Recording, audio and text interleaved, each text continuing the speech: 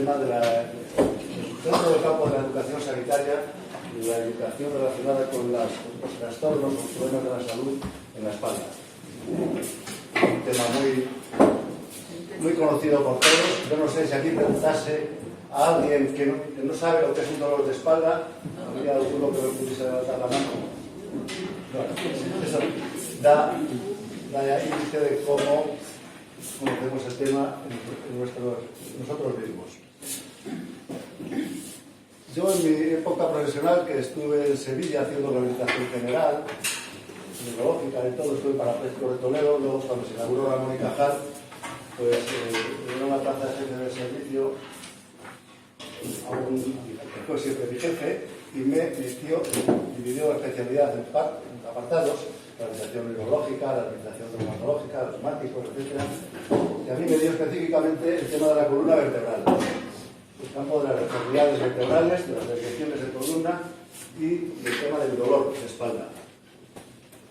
Y en cuanto tuve esa responsabilidad de dedicarme al tema más concreto de la columna vertebral, pues vi que el tema de dolor de espalda, pues que tiene tantos matices, tantos tratamientos, no se podía manejar adecuadamente sin tener conocimientos de educación de la espalda. Hoy día todas las enfermedades crónicas que tienen factores de riesgo, prácticamente muchísimas, luego mencionaremos algunas, pues hay que hacer educación. Y el hospital, la verdad es que este tema le encantó, de tal manera que me dejó salón de actos para todos los meses desarrollar programas de educación de espalda. Y me editaba un programa y sacamos un libro que titulamos Dolor lumbar y escuela de espalda, que tuvo un éxito enorme. Sacaron 25.000 ejemplares y prácticamente luego lo editó un laboratorio llamado Bristol, y no se olvida, pero vamos, que el hospital vio que era un campo que tenía que apoyar. La educación para la salud es pues, la cuestión es que hay que enseñar a los pacientes lo que deben saber sobre su enfermedad para mejorar el éxito en los tratamientos y los resultados. Esto pasa, y antes que el tema de la espalda, pues se ha hecho en diabéticos, cardíacos, la salud bucal, pues todos sabemos las dentaduras que tenía la gente antes, y la gente ahora se cuida la boca y es otro tema. Pues para el dolor de espalda también tenemos factores de riesgo que son los que les hablaré de ellos. Se hizo una encuesta en una revista muy importante, la más importante que hay a nivel mundial, Spine, a varios miles de pacientes con dolor de espalda. Y les preguntaban qué era lo que deseaban ellos saber de eso. Y contestaron: queremos saber sobre la causa del dolor, por qué nos duele la espalda, y sobre lo que debemos o no debemos hacer. Pero el tema es que también es un derecho que está en la ley de sanidad. Es un derecho que tenemos todos los pacientes a recibir información sobre lo que nos pasa. Tiene efectos preventivos y curativos. Y bueno, la educación para la salud forma parte de las responsabilidades de un jefe de servicio. O sea, hacer todo lo posible, no solamente por diagnosticar y tratar, sino por prevenir. La educación se puede decir que no es un lujo, sino que es una necesidad. Se puede imaginar que todo esto que les voy a contar a ustedes, antes se hacía, sobre todo lo básico, explicando al paciente en la consulta, pero hay tantos detalles que es imposible que en una consulta podamos explicar al paciente todo aquello que debe de saber sobre su problema. Y nosotros lo hacemos en grupo, disponemos de tiempo para responder a las preguntas, porque es clave que al final de cada clase, yo tenía instaurado un tiempo, tenía hora y media por sesión, para que tuviéramos media hora donde la gente preguntara y yo respondiese. Y permite el encuentro entre personas que padecen el mismo problema. Esto significa que es que nosotros hacíamos estos programas a gente que ya conocía lo que era el de espalda, que habían ido a la consulta al médico por dolor de espalda. Pero también es muy válido para el que no lo conoce, o sea que más todavía, para que intente prevenir lo que es el dolor. Y siempre hemos utilizado, pues en los audiovisuales como aquí, un esqueleto que yo llevaba aquí a la clase. Los objetivos es que las personas conozcamos el funcionamiento de nuestra columna, que comprendamos cómo puede alterarse o deteriorarse, darle soluciones a su problema, prevenir las recaídas. Esto es importante decirlo porque cuando se ha tenido un primer episodio de lumbago, de dolor de espalda, las posibilidades de tener un segundo ya son más altas que en la población general. Es decir, que ya la primera presencia de un episodio agudo predispone a otros. Por disminuir el absentismo laboral, no llega aquí el caso, desmitificar el problema sobre el dolor vertebral. Hay en la población en general un concepto de que la espalda pues, es algo muy importante porque en muchos casos va asociado a invalidez, porque mucha gente, pues, cuando dice, bueno, ten cuidado que te vas a quedar en una silla de ruedas y esas cosas, ¿no? Eso no es. El dolor, eso pasa en los traumatismos y tal, o en algunas enfermedades muy concretas, pero el dolor del que vamos a hablar, mecánico, el más común de todos, es difícil que se llegue a una silla de ruedas. Y bueno, para mí ha sido muy útil en los coloquios escuchar a la gente las preguntas que me hacían, porque lo que podía les respondía y lo que no me lo miraba o trataba de enseñaba a mí. Lo vamos a hacer en 2 sesiones de 60 minutos y el contenido de esta primera sesión son hablarles un poco de la dimensión del problema de dolor de espalda, algo sobre la anatomía de nuestra columna, explicarles por qué nos duele y vamos a hablar de las 3 posturas clásicas de acostado, postura de pie y postura de sentados. Cómo podemos mejorar las situaciones dependiendo de la posición neutra. Y luego, el próximo día hablaremos de movimientos o gestos peligrosos, del manejo de cargas, actividades de la vida diaria, cómo poder actuar nosotros delante de un dolor agudo. Hablaremos de actividad física y algunos hábitos que influyen en la espalda, como son el tabaco, el sobrepeso, medicación, etc. Y vamos con la parte de anatomía y funciones de la columna. Bueno, pues aquí vemos que en esta foto vemos cómo es la columna nuestra en el periodo fetal. Y cuando nace el niño y empieza a sostener la cabeza, aparece una curva que se llama la lordosis cervical. Y cuando ya está andando, pues aparece otra curva a nivel de la zona lumbar. De tal manera que una espalda ya desarrollada, vista por detrás, es un conjunto de vértebras que forman una línea recta, y vista de perfil tenemos una serie de curvas que son totalmente naturales. Gracias a estas curvas, nuestra columna puede tener más flexibilidad y se equilibra muchísimo mejor. En el desarrollo filogenético animal pasamos a ser los animales de la rectación a la cuadripedia y a la bipedestación. Nosotros, el animal anterior a nosotros es el chimpancé, que es cuadrúpedo, pero para ponerse de pie, para quitarse las piernas, las de delante, tiene que hacer una curva aquí en la zona lumbar. La columna ideal es vista por detrás con una línea recta, vista de perfil, con estas curvas que hemos dicho. Cuando se desvía hacia un lado, recibe el nombre de escoliosis. Cuando la curva del dorso está más acentuada, pues le llamamos hipercifosis. Tenemos 7 vértebras en la zona cervical, la dividimos en 3 partes: cervical, dorsal o torácica, porque está articulada con las costillas, y la zona lumbar. ¿Cómo está constituida nuestra columna vertebral? Pues está constituida por una serie de pequeños huesos que se llaman las vértebras. Esto es la fotografía de una vértebra que tiene 2 partes. La parte anterior se llama cuerpo y la parte posterior el arco. Y hay un agujero. Bueno, pues vemos que este agujero de una vértebra con otra y con otra y con otra forma un conducto, que es donde está alojada la médula espinal, lo más noble que tenemos, porque cuando esto se daña empezamos ya con los problemas de las parálisis. Por eso los parapléjicos traumáticos es cuando se produce una rotura y se mete fragmentos de la vértebra en el conducto y daña la médula. Y entre vértebra y vértebra, esto que vemos aquí son los famosos discos intervertebrales.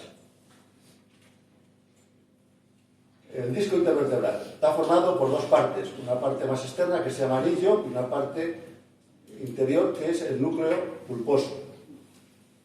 Aquí vemos en estas imágenes cómo entre vértebra y vértebra están los discos, cuyo función es mantener separadas las vértebras, amortiguar, porque estos discos son de naturaleza elástica, repartir los movimientos, y pasamos a otras imágenes del disco.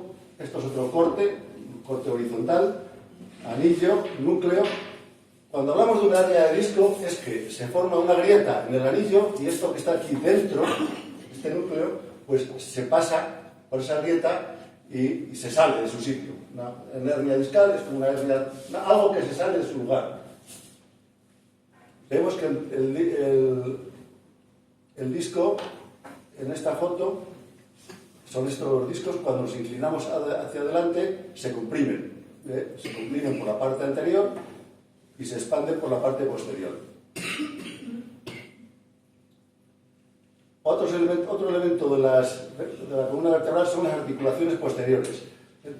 Entre vértebra y vértebra tenemos el disco intervertebral, pero por detrás hay otras pequeñas articulaciones como las de las manos, ¿no? Que tienen su cápsula y son origen de bastantes dolores cuando se distienden o se maltratan. Esto que vemos aquí es una imagen de una artrosis de estas articulaciones posteriores. Esto no me marca bien. Otro elemento de la columna vertebral son los ligamentos. Los ligamentos que vemos aquí son elementos de unión. Están rodeando a toda la columna, por delante, por detrás, entre vértebra y vértebra. Hay multitud de ligamentos. La médula espinal. La médula espinal, que ya lo hemos dicho antes, es este cordón que está alojada dentro del agujero de la columna vertebral. Y de un lado y de otro salen estos cordones que son los nervios, que son los que van a inervar las extremidades, el tronco, etc. Aquí vemos vértebra, disco, vértebra, y entre vértebra y vértebra hay una salida para los nervios y para las arterias. Entonces, cuando una ciática, tenemos el dolor ciático o una neuralgia, que se llama una neuralgia del brazo, que es la ciática tenemos que lo que se irrita es uno de estos nervios que salen de aquí de la columna, pero luego el dolor se siente a distancia, en los dedos, en la pierna, etc. Y los famosos músculos, que son como tirantes, que van de arriba abajo, están pegados a la columna, son los que producen el movimiento hacia adelante, hacia la izquierda, hacia la derecha, etc. Funciones de la columna vertebral son las de soportar el peso del cuerpo y amortiguar los movimientos. La movilidad, la parte más móvil de la columna vertebral es el cuello, el cuello que está al servicio de los órganos de los sentidos. Si queremos mirar hacia el cielo, pues movimiento de cuello, a la izquierda, a la derecha, etc. Es la parte más móvil. Es donde más se forma la artrosis como consecuencia de los movimientos. La zona lumbar es la parte de carga, digamos, fundamental. Entonces, amortigua, moviliza, protege el sistema nervioso. También tiene otra función la columna vertebral, que es que tiene muchos receptores de equilibrio. Igual que cuando tenemos ciertos mareos, muchas veces lo achacamos a problemas de oído, a la vista o al cerebelo, pues también la columna vertebral tiene, en las cápsulas estas de las articulaciones de atrás, tiene receptores de equilibrio y cohesiona a la cabeza con el tronco y con la pelvis. Vamos a hablar un poco de lo que representa el dolor de espalda en los ciudadanos. Bueno, este es un problema que tiene características de epidemia por su frecuencia. Yo diría pandemia, porque ya, si bien hasta hace poco ha sido un tema fundamentalmente de los países más desarrollados, los más ricos, porque en África no se habla de la columna vertebral, se habla de la tuberculosis, se habla, en fin, de otras cosas. Pero es fundamentalmente un problema del desarrollo de la sociedad occidental actual.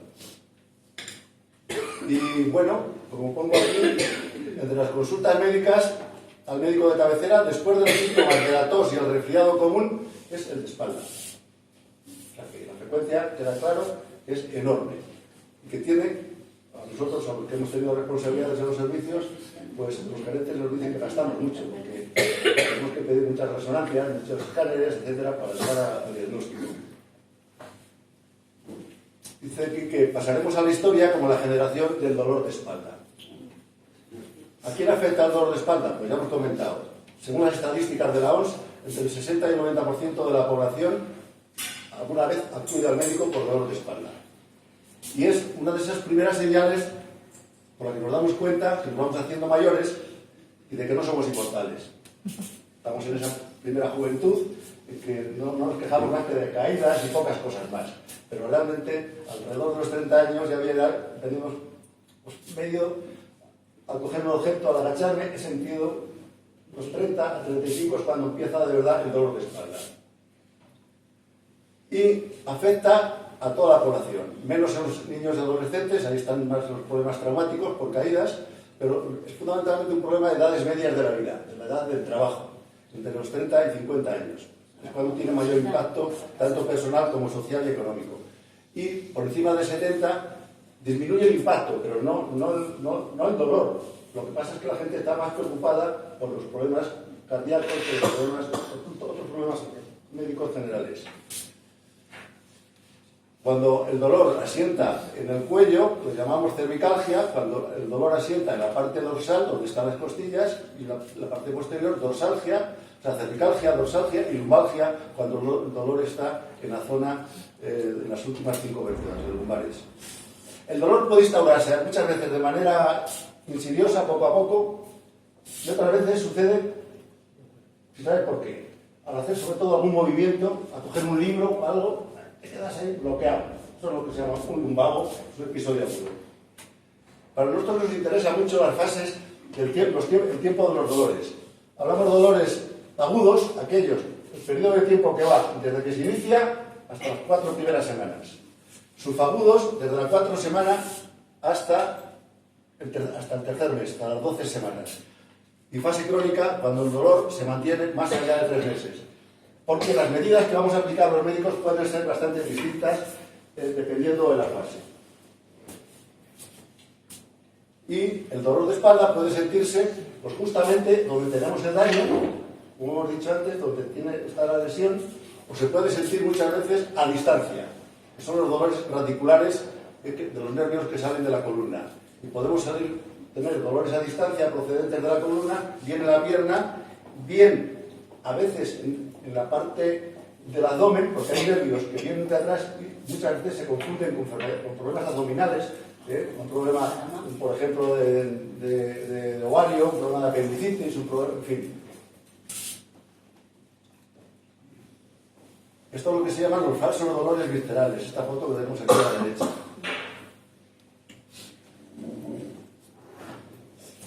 La pregunta del millón, ¿por qué duele la espalda? Bueno, lo primero cuando duele la espalda, el primer proceso que tenemos que diferenciar es si el problema es grave, que es lo que interesa al paciente sobre todo, pues un problema benigno, ¿no? ¿Y cuáles son los problemas de dolor de la espalda importantes o graves? Cuando se localiza un tumor en la columna, que los hay propiamente tumores que nacen de la propia columna, pero la mayoría son metastásicos, son dolores de una próstata que ha metastatizado o un pulmón a columna. Yo lo que más he visto son metastásicos. O porque es una infección, a veces hay enfermedades inflamatorias reumáticas que pueden dar lugar al dolor de la espalda, o por fracturas.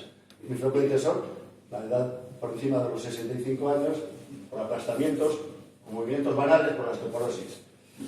Pero la mayor parte del dolor de espalda se llama mecánico degenerativo. Le llamamos dolor inespecífico porque está en relación con malas posturas, esfuerzos, con la artrosis, lo que es la enfermedad degenerativa de la columna, por las hernias discales, por determinadas desviaciones de columna o la estenosis de canal, que es una falta por irritación de los nervios que están alojados en el conducto vertebral. También la espalda puede doler por problemas psicógenos, que sin que haya nada orgánico, un estado de ansiedad, de estrés, de depresión, etcétera, se puede manifestar por dolores en la espalda, en el cuello mucho y también en la zona lumbar. Y otras veces la espalda duele, pero que no viene de la espalda, es un dolor visceral. Por ejemplo, determinados cólicos biliares se presentan con dolor de espalda, a veces del hígado, otras veces por dolores pancreáticos o por problemas renales. O sea, que no todo lo que duele en la espalda procede de la propia columna, sino que puede ser de otra parte del cuerpo. Consecuencias.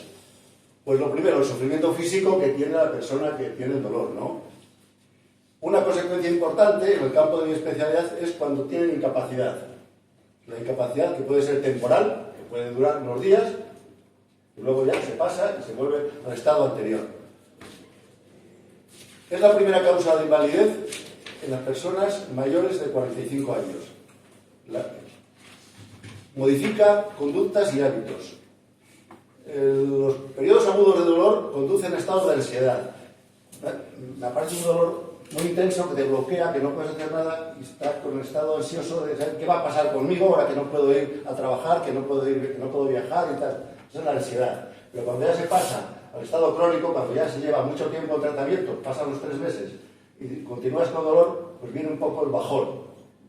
Has probado montones de tratamiento y es la depresión.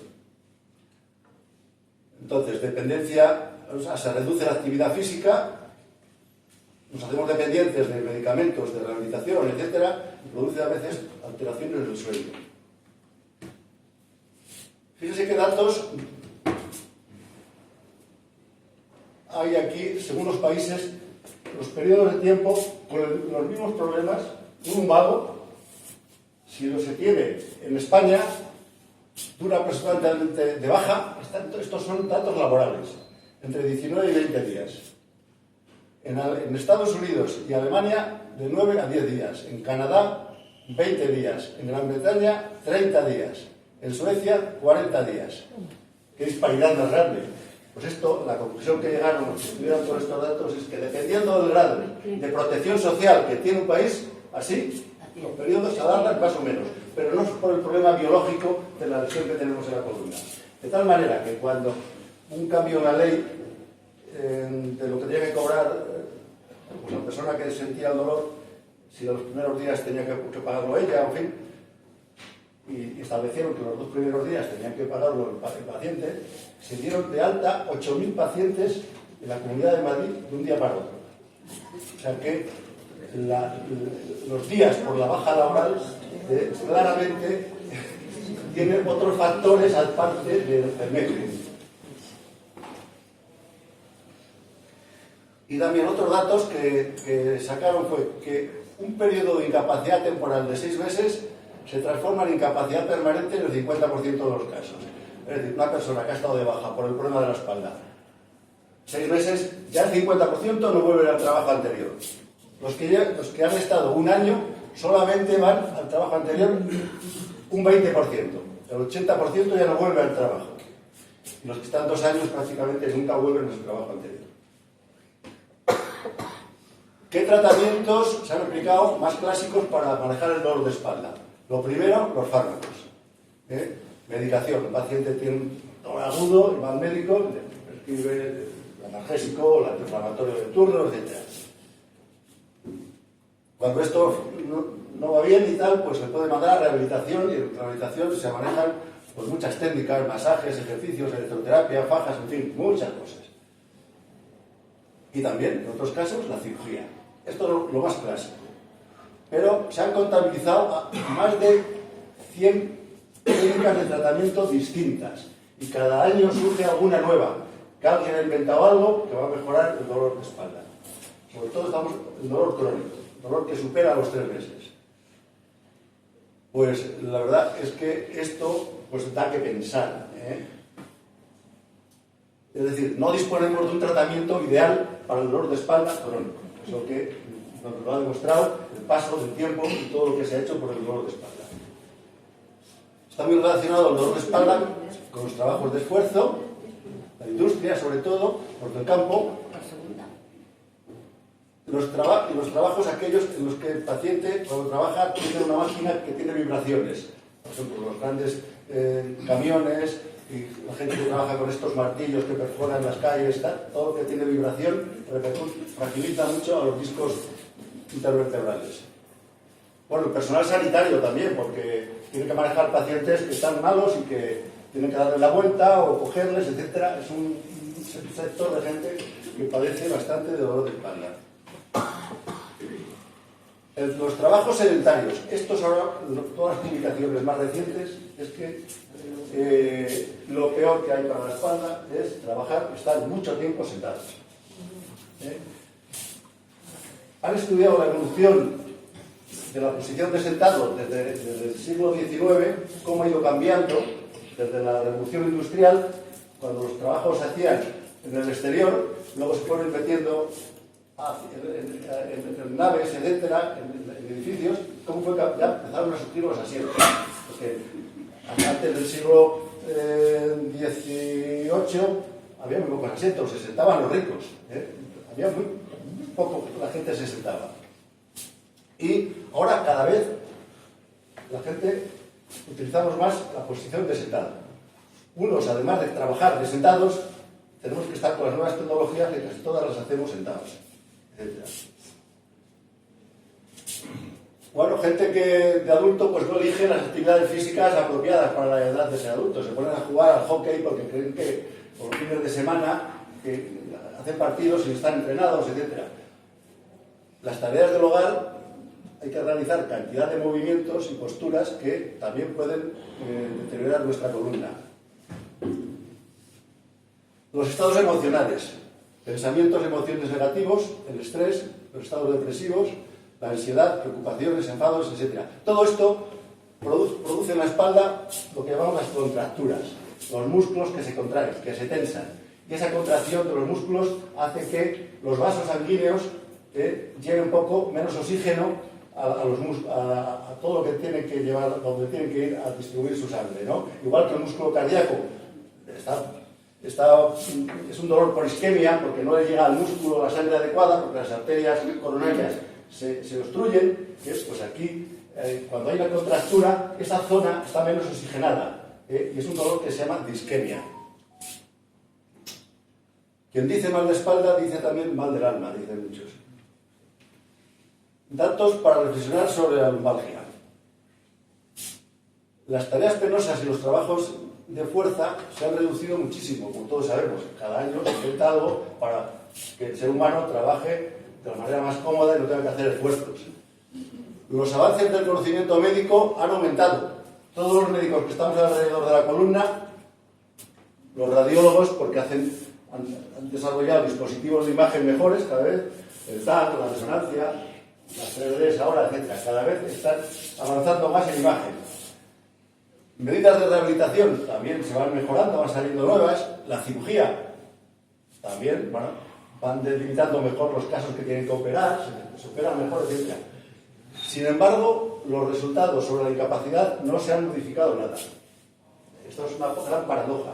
Se está haciendo una inversión tremenda en avances tecnológicos y tal, pero luego en resultados, en cuanto a incapacidad, no se ha avanzado nada. Y por eso pongo aquí la gran paradoja. Muchos dicen que es el estado neurótico en que esta civilización que nos lleva a actuar siempre con mucha prisa para todo, que todo lo hacemos muy cerebral, etc. Entonces, el dolor de espalda es un problema, pongo aquí, porque, en primer lugar, para el paciente que lo sufre, desde el punto de vista diagnóstico, terapéutico y terapéutico, hay muchas contradicciones. Para un médico y le dicen, pues, ¿qué me pasa? Pues tiene ahí un problema de un disco. Va a otra consulta y le pueden decir, no, porque también tiene las articulaciones posteriores con artrosis, pues tiene artrosis y tal. Otros van y le dicen, pues puede ser un problema muscular. Unos dicen, pues con esta radiografía yo me operaría. Otros, no se opere, por favor, que operarse es una barbaridad. O sea, que dentro del campo médico estamos llenos de contradicciones. Y entonces es un problema para los gestores porque pongo aquí altos costes. Justificación de los programas de prevención y educación. Entonces, los listos, los expertos que llaman en el campo del dolor de espalda, pensaron que ya que no tenemos técnicas terapéuticas adecuadas para eliminar el dolor, pues vamos a buscar a ver si con medidas preventivas pues podemos prevenirlo, podemos no llegar a tener dolor, tengamos el menor dolor posible, ¿no? Entonces, fueron los del mundo laboral, la empresa de coches estaba Volvo, la sueca, los primeros que estudiaron este tema para dar medidas de prevención. Entonces es un problema muy frecuente que provoca bastante incapacidad, que tiene altos costos, los límites del tratamiento son limitados. Entonces empezaron a estudiar cuáles podían ser los factores de riesgo que nos llevan al dolor de espalda. Porque hay otro problema, que es que hay mucha abundancia de conceptos erróneos o falsos en la población, hay una distorsión cognitiva sobre el tema del dolor de espalda. Uno le dicen una cosa, con el mismo problema en otra consulta le dicen otra, etc. Y aquí está la historia de las escuelas de espalda. El primero fue Sten Akelson, el cirujano ortopédico de la empresa Volvo, que estudió los discos intervertebrales y estudió cuál era la presión que reciben nuestros discos en cada una de las posturas. Mediante unas agujas un poco largas, pinchaban desde fuera hasta llegaban al disco, lo conectaban con un manómetro de presión y medían la presión que tienen nuestros discos en la posición de acostados, en la posición de pie, en la posición inclinados hacia adelante, etc. Y esto ya fue un primer avance para saber en qué situaciones nuestros discos pueden ser irritados según y cómo estemos. Y estableció una serie de medidas muy dirigidas a los discos. Después, los canadienses establecieron unidades de educación de columna muy centradas en las contracturas de los músculos. Iban mucho por orientar a la gente en el mundo de la relajación, a aprender a relajarse y todas estas cosas. Y los americanos, en California, hicieron estudios que demostraron que aquellas profesiones que necesitaban una buena forma física para ejercer su profesión, como la de los bomberos, por ejemplo, estudiaban la incidencia de espalda en estas profesiones y en la población general. Y vieron que aquellas profesiones que tenían una buena preparación física tenían una incidencia de dolor de espalda mucho menor. Entonces, se llegó a la conclusión de que hablamos de factores de riesgo para la espalda cuando a la columna la sometemos a sobrecargas vertebrales. Por nuestro estilo de vida. Nuestra columna está trabajando siempre. Estamos de pie, sentados, está siempre funcionando.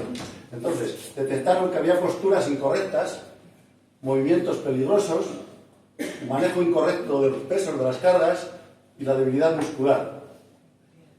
Y por aquí es por donde empezaron a trabajar, a ver cuáles eran las posturas peores, las mejores, etc. Y el otro fundamento de las escuelas de espalda es que a la gente que padece dolor de espalda hay que explicarle lo que tiene, porque hay un gran desconocimiento de los aspectos más elementales de la columna, incluso existen lo que se llaman los conceptos erróneos, que se van pasando de unos a otros. Entonces se ha comprobado que el dolor inexplicado genera miedo y el miedo dolor. Hay que intentar desmitificar en el paciente el concepto de dolor lumbar, porque eso reduce el misterio y el miedo.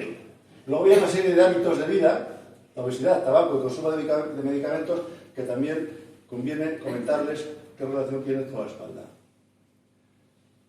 Entonces, un mensaje que hay que pasar a los pacientes es que la responsabilidad de la curación debe ser compartida entre médico y paciente.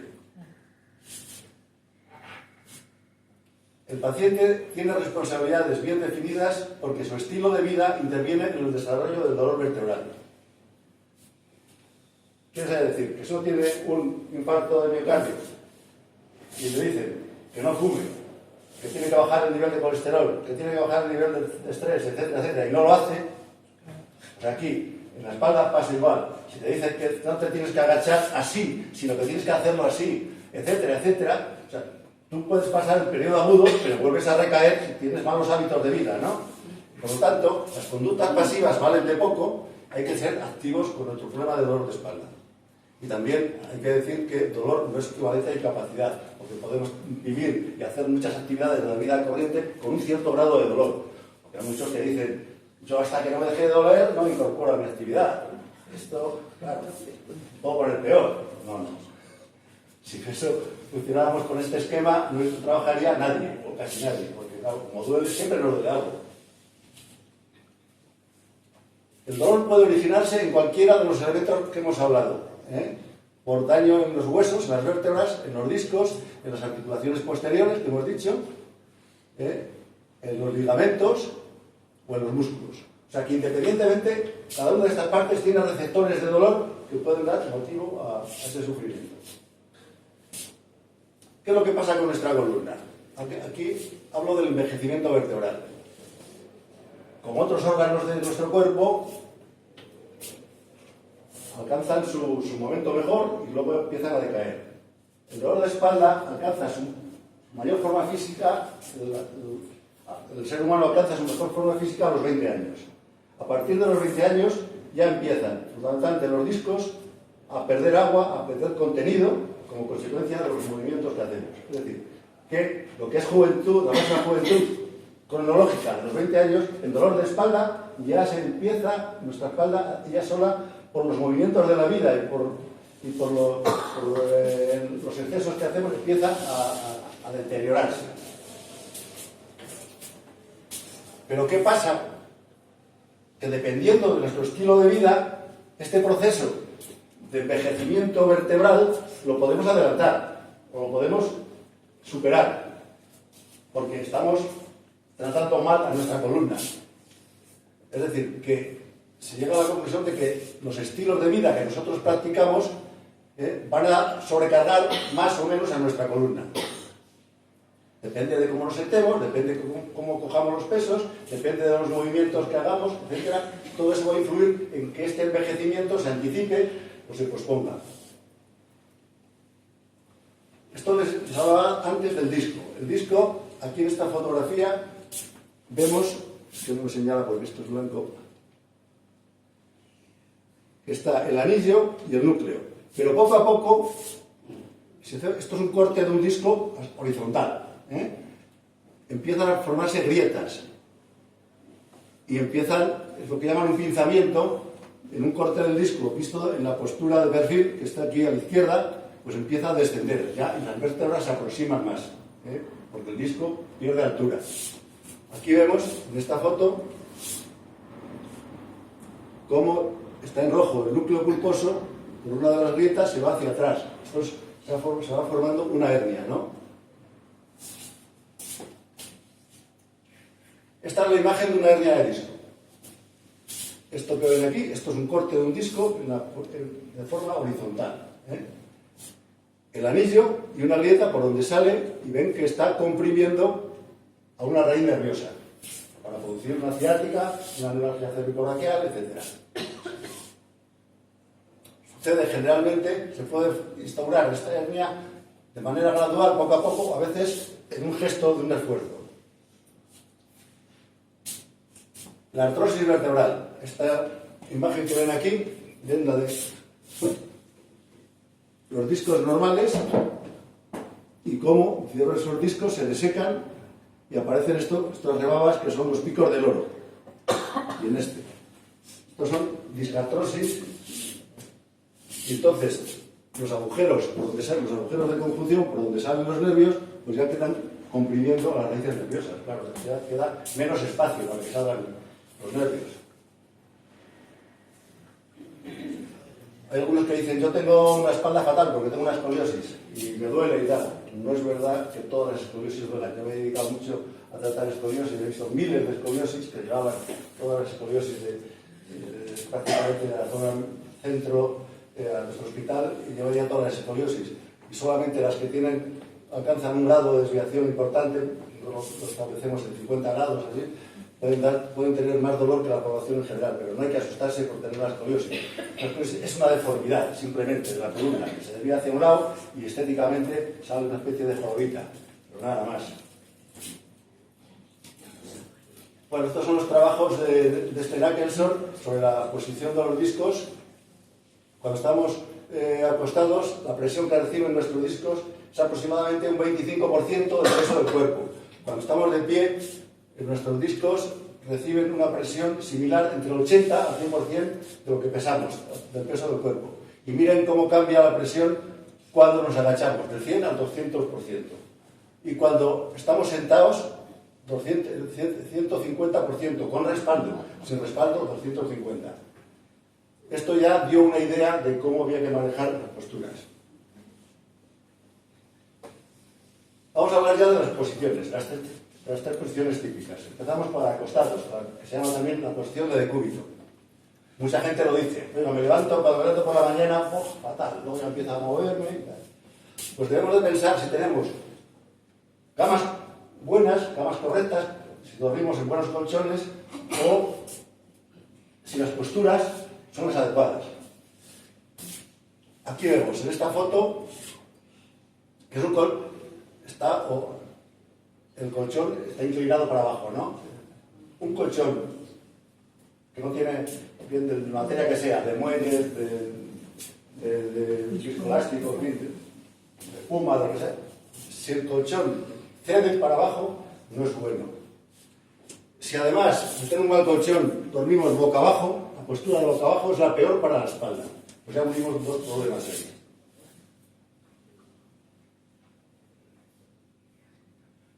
Aquí vemos en esta foto un colchón que cede y la columna está torcida.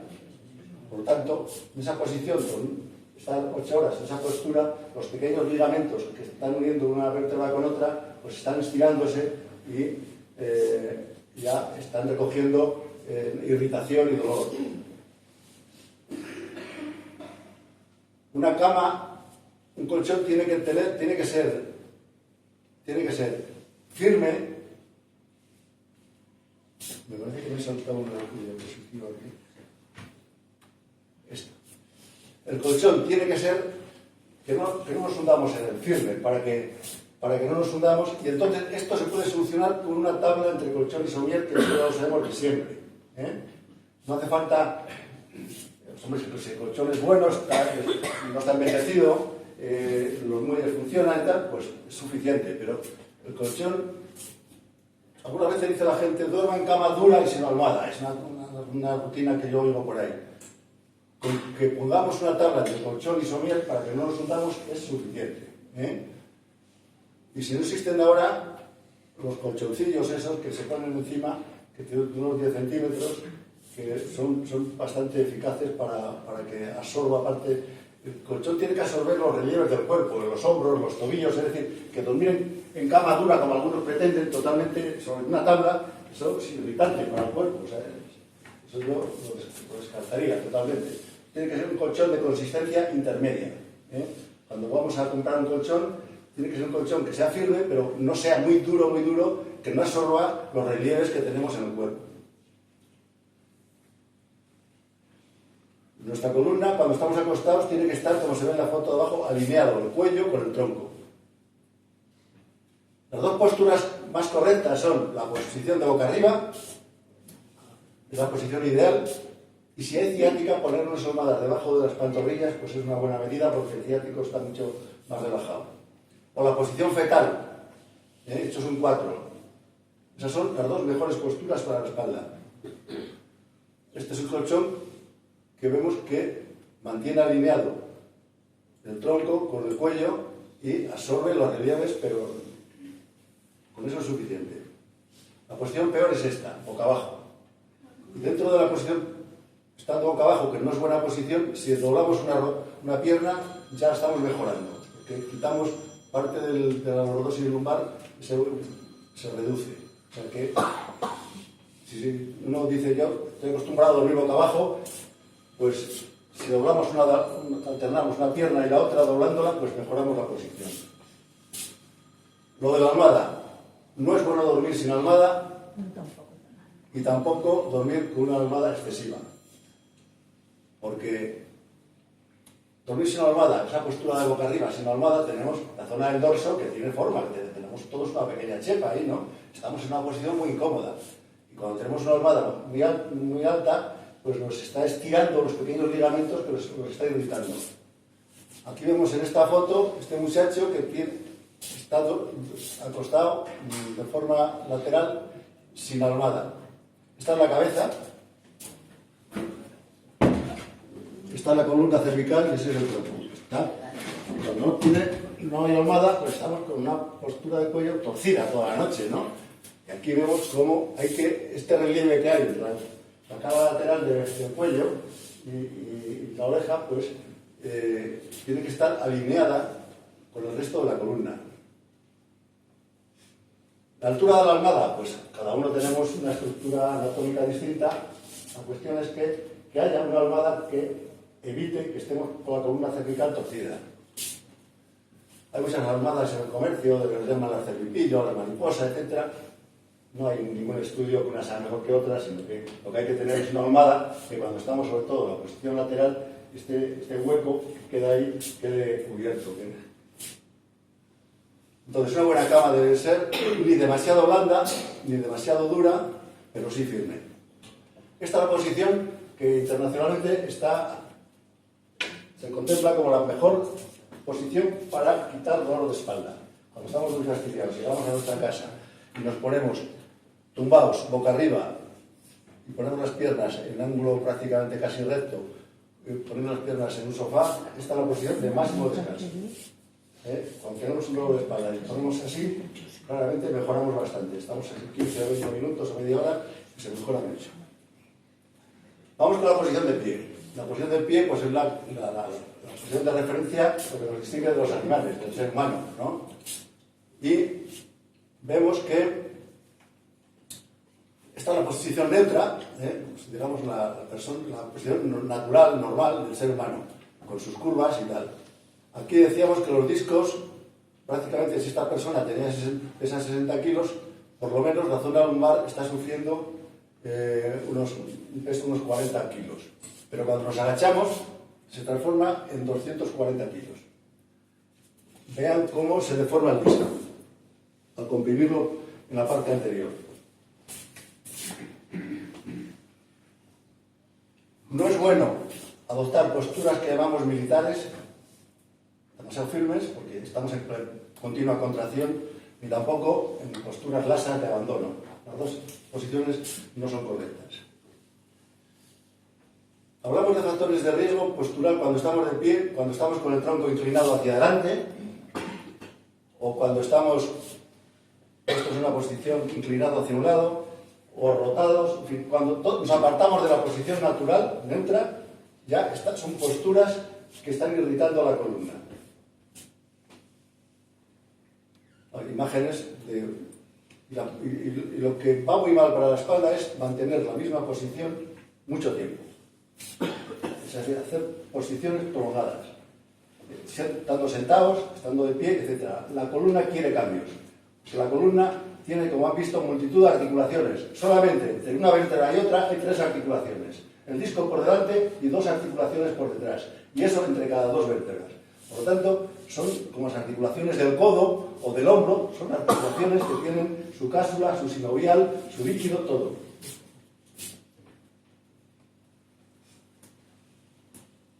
Bueno, se dice que es bueno mirarse como en el espejo, cómo es nuestro cuerpo, cómo está posicionado. Si necesariamente tenemos un cuerpo de abandono o un cuerpo, en fin, para que reconozcamos nuestras malas posiciones, ¿no? Mirarse al espejo no es una mala cosa. Esta sería una postura, la de la derecha, incorrecta, y el otro pues, está en una posición más natural, mejor. Cuando estamos de pie, que tenemos que estar quietos en muchos sitios esperando, tal, hay formas de mejorar la situación. Lo primero es separar los pies. Los pies juntos, como se ve ahí al guardia urbano, pues el centro de gravedad cae todo por la columna. Cuando estamos con las piernas separadas, se distribuye ya de una manera mucho más amplia. Introducir pequeños movimientos alternantes. Unas veces cargar sobre una pierna, otras veces cargar sobre la otra. Y si podemos movernos un poco dentro del espacio, también es bueno. Es decir, que todo el mundo lo dice, tengo que estar de pie en tal sitio y allí me mató ese día tal. Pues hay que introducir estos pequeños detalles de cargar sobre una pierna, sobre la otra, moverse un poco y mantener los pies separados. Formas de descargar a la columna lumbar cuando estamos de pie, pues tenemos, sobre todo en nuestras casas, ¿no?, un sitio donde apoyarnos el cuerpo, pues es bueno. Aquí vemos en la foto de abajo los bares. Cuando estamos en los bares, la barra de abajo, cuando apoyamos el pie en la barra de abajo, estamos reduciendo la curva de los dorsos y lumbar y nuestra espalda está descansando. La agradecemos mucho. Y el mundo del comercio, que están tantas horas de pie, pues siempre se les ha aconsejado poner un taburete donde tengan una pierna cuando están trabajando un poco con la cadera en flexión y que alternen una pierna y otra. Aquí hay profesiones, pues eso, como las peluqueras o trabajar en bancos de trabajo, etcétera, ven como la posición incorrecta arriba y la posición correcta abajo. Siempre que tenga que estar mucho tiempo uno de pie y tenga la posibilidad de flexionar un poco la cadera y tener un apoyo, lo agradecemos mucho. Hay gente que trabaja en planos de trabajo muy bajos con respecto al cuerpo. Bueno, pues intentar levantarlo, y si no, pues tienes que adaptarte, no doblándote así, sino a través de las rodillas. Hay que intentar evitar lo que es la flexión de la columna lumbar. Lo ideal, la gente que trabaja de pie, tendría que tener forma de poder desarrollar su trabajo de las dos formas, a veces de pie y a veces sentado, cambiar de postura, pero esto es algo que se escapa. Pero sí, las empresas pues tienen que cuidar cuando sea posible, ahora lo veremos cuando hablemos de la posición de sentados. Y pasamos a la tercera posición, la posición de sentados. Esta, les decía al principio, que prácticamente ahora mismo todas las publicaciones, como cada vez la sociedad nos lleva a sentarnos cada vez más para realizar nuestras actividades, pues está contemplándose como la postura que más problemas está dando para el dolor de espalda. Aquí vemos en esta foto de arriba cómo esta es nuestra columna normal cuando estamos de pie, con las tres curvas, cervical, dorsal y lumbar. Pero cuando nos sentamos, esta curva lumbar cambia completamente. La invertimos. Y estos discos que están aquí, que en esta posición se ve con esta altura, pues se comprimen por la parte de delante. Entonces se considera que es la peor postura de los tres para la columna lumbar. Se produce una inversión de la curva, una compresión de los discos por la parte anterior y perturba la nutrición discal. Los discos, no hay arterias que entren dentro de ellos para regarles, para llevarles la sangre, sino que se nutren lo que se llama por ósmosis, como las esponjas. Cuando estamos acostados, los discos chupan todos los líquidos que están a su alrededor y se llenan. Y cuando estamos de pie, expulsan líquido. Bueno, aquí tenemos ejemplos de muchas posturas de sentado incorrectas. Aquí vemos cuando estamos sentados en una silla y dejamos estos huecos de una manera más clara. Aquí tenemos una silla, en fin. Hay que intentar, cuando estemos sentados, que nuestra espalda esté tocando al respaldo del asiento, porque ese respaldo está descargando peso a los elementos vertebrales. Se dice que los asientos antiguos, de la época del Renacimiento, de la Regencia, pues eran mejores que los de ahora, porque ahora nos venden sofás blandos y bajos. Ejemplos de cómo esta es la posición de la columna cuando estamos sentados, pero si le ponemos a la silla un respaldo con forma hacia adelante, pues ya le estamos quitando esta inversión de la curva. Y el respaldo totalmente recto tampoco es bueno. Si tiene como unos pocos de grados inclinado hacia atrás, es mucho mejor. Aquí hace referencia mucho a nuestros huecos que dejamos entre el respaldo y el asiento. Esto hay que intentar evitarlo. Esto sería lo correcto, lo incorrecto. Lo incorrecto y lo correcto. En los asientos se habla de que para que se transmita la menor presión a la espalda, la altura del asiento debe tener una altura similar al tamaño de nuestras piernas. Cuando nuestras piernas no se apoyan, los pies totalmente en el suelo, estamos transmitiendo a través de los músculos tensión a la columna. Es bueno en asientos domésticos, tener sobre todo reposabrazos, porque el peso de los brazos queda absorbido por los reposabrazos. Aquí pongo un asiento muy comentado, la mecedora de Kennedy. ¿Se acuerdan? Ustedes que son un poco de... Yo soy más viejo que ustedes, ¿no? Porque tengo unos 70 años pasados ya. Pero se acordarán de Kennedy, ¿no? Kennedy fue un presidente que siempre ocultó sus lumbalgias. Yo estaba revisando todos los estudios médicos de Kennedy cuando ya los han desclasificado, porque durante mucho tiempo ha sido material reservado, ¿no? Pero Kennedy fue un presidente que tuvo muchísimas lumbalgias, lo operaron 4 veces de la columna, y bueno, y se murió luego por un asesinato, ¿no? Pero se le conoció como una persona con grandes lumbalgias. Le pusieron esta mecedora, tal como se ve ahí arriba, que es muy buena. Esto es como lo que vemos aquí abajo, esta otra mecedora. Tiene la espalda totalmente pegada al respaldo, inclinado para atrás, porque como vemos en esa gráfica, cuanto más inclinado está el respaldo, los discos tienen menos presión. Aquí vemos en lugares de trabajo. Este señor está completamente trabajando en buenas condiciones porque tiene un asiento con un atril, un respaldo y está trabajando. Y fíjense este otro, ¿no? Pues prácticamente hay variación entre uno y otro, como tiene protegida la espalda este y este otro. Poner atriles o tener en las mesas inclinaciones, o bien atriles o que tengan la inclinación, todo esto evita que esté nuestro cuerpo inclinado hacia adelante. Y sobre todo, meternos bien con la silla para adentro. Cuanto más está separada la silla donde estamos sentados de la mesa, nos obliga a estar más inclinados hacia adelante. Si nos metemos bien, ya para que podamos ver adecuadamente nuestro foco de mirada, nos lleva para atrás.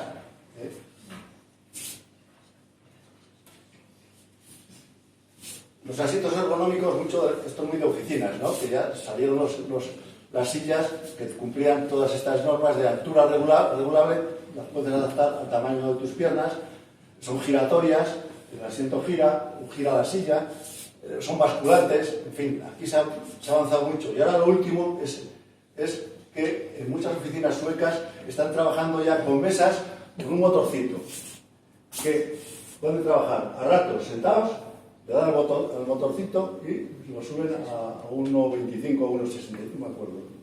Pero se puede trabajar a ratos sentados, a ratos de pie. Y esto ahora es un furor lo que hay en cuanto a este tema en algunos países.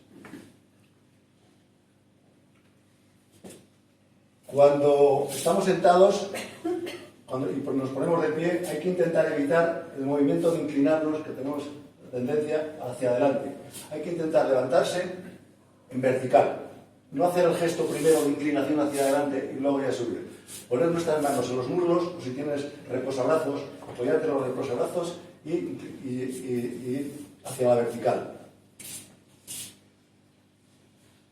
Los asientos del automóvil prácticamente poco podemos decir porque ya vienen todos como vienen cada marca, pero saber que aquí vemos en este caso que esto es incorrecto, entre la izquierda, y hay que intentar que nuestro respaldo tenga ahí una especie a nivel lumbar de almohadilla para conservar la lordosis lumbar. Este es un asiento que pone en la imagen de aquí de la izquierda, el que diseñó la casa Volvo como ideal, que es el ángulo entre el respaldo y el asiento de unos 120 grados, la inclinación hacia atrás de unos 14 grados y el soporte lumbar, un espesamiento en esa zona como de 5 centímetros. Pero de todas maneras hay las boutiques del automóvil, muchas casas que venden objetos del automóvil, estas almohadillas que las podemos poner ahí para que nuestra columna lumbar mantenga ahí la zona adecuada. Y decir que cuando conducimos muchas horas seguidas en descanso, pues no podemos. Se aconseja que cada 2 horas hacer una pausa para estirar las piernas y eso es lo correcto, vamos. Y acabe la clase. Bueno, ahí acabamos el diálogo. Si tienen preguntas para hacerme, de ruego que un poco sean sobre lo que hemos hablado. Porque el próximo día vamos a hablar de movimientos que no son correctos, de manejo de cargas, de actividad física, de ejercicios, etc. Entonces, lo que yo quiero es que las preguntas que me hagan sean sobre los temas de hoy. Aquí tenemos la pregunta. Un momentito, ahora para después. La posición de sentado en una butaca o en un sofá con los pies, digamos, en alto, ¿es correcta? Hombre, con los pies en extensión, Sí, en extensión. con las rodillas. Si está la espalda bien apoyada, uno puede estar a ratos con las piernas extendidas y bajarlas. No lo veo mal. Siempre que la espalda